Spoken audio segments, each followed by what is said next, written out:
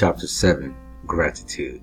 The illustration given in the last chapter will have conveyed to the reader that the fact that the first step toward getting rich is to convey the idea of your wants to the formless substance.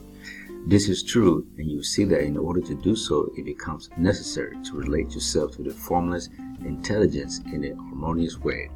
To secure this harmonious relation is a matter of such primary and vital importance that I should give some space to the discussion here and give you instructions which, if you will follow them, will be certain to bring you into perfect unity of mind with God.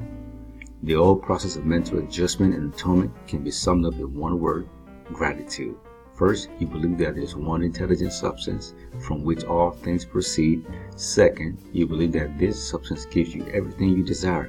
And third, you relate yourself to it by a feeling of deep and profound gratitude.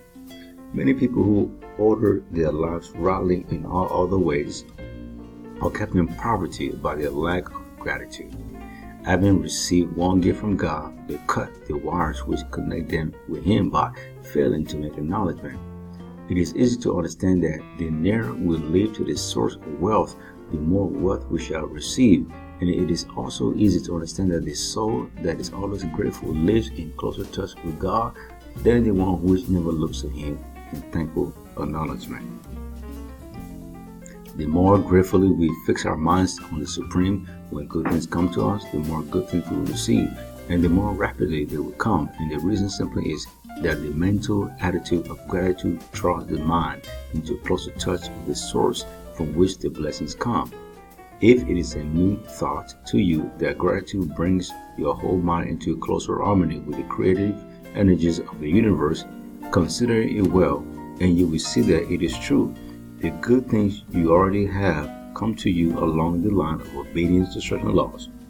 Gratitude will lead your mind out along the ways by which things come, and it will keep you in close harmony with creative thought and prevent you from falling into competitive thoughts. Gratitude alone can keep you looking toward it all and prevent you from falling into the error of thinking of the supply as limited, and to do that will be fatal to your hopes. There is a law of gratitude, and it is absolutely necessary that you should observe the law if you are to get the results you seek. The law of gratitude is the natural principle that action and reaction are always equal and in opposite directions. The grateful outreaching of your mind in thankful praise to the Supreme is a liberation or expenditure of force. It cannot fail to reach that to which it addressed, and the reaction is an instantaneous movement towards you. Draw near unto God, and He will draw near unto you. That is a statement of psychological truth. And if your gratitude is strong and constant, the reaction in formless substance will be strong and continuous. The movement of the things you want will be always towards you. Notice the grateful attitude that Jesus took, how He always seems to be saying, I thank Thee, Father, that Thou hearest me. You cannot exercise much power with that gratitude, for it is gratitude that keeps you connected with power. But the value of gratitude does not consist solely in getting you more blessing in the future. Without gratitude, you cannot long keep from dissatisfied thought regarding things as they are. The moment you permit your mind to dwell with dissatisfaction upon things as they are, you begin to lose ground.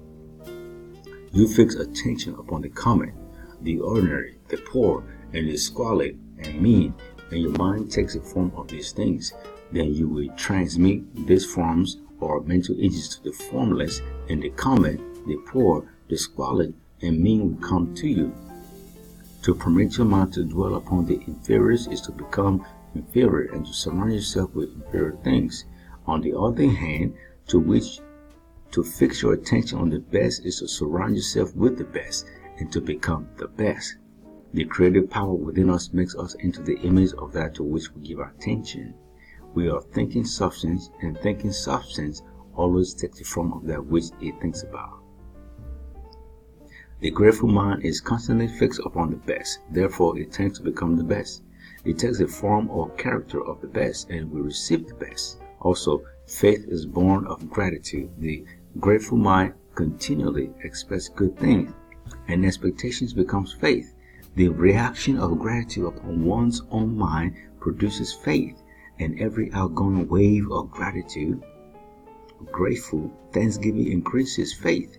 He who has no feeling of gratitude cannot long retain a living faith, and without a living faith, you cannot get rich by the creative method, as we shall see in the following chapters. It is necessary then to cultivate the habit of being grateful for every good thing that comes to you and to give thanks continuously. And because all things have contributed to your advancement, you should include all things in your gratitude. Do not waste time thinking or talking about the shortcomings or wrong actions of plutocrats or trust magnates. The organization of the world has made your opportunity. All you get really comes to you because of them. Do not rage against corrupt politicians. If it were not for politicians, we should fall into anarchy and your opportunity will be greatly lessened. God has worked a long time and very patiently to bring us up to where we are in industry and government, and He is going right on with His work. There is not the least doubt that He will do away with plutocrats, trust magnates, captains of industry, and politicians as soon as they can be spared. But in the meantime, behold, they are all very good. Remember that they are all helping to arrange the lines of transmission along which your riches will come to you, and be grateful to them all. This will bring you into harmonious relations with the good in everything, and the good in everything will move toward you.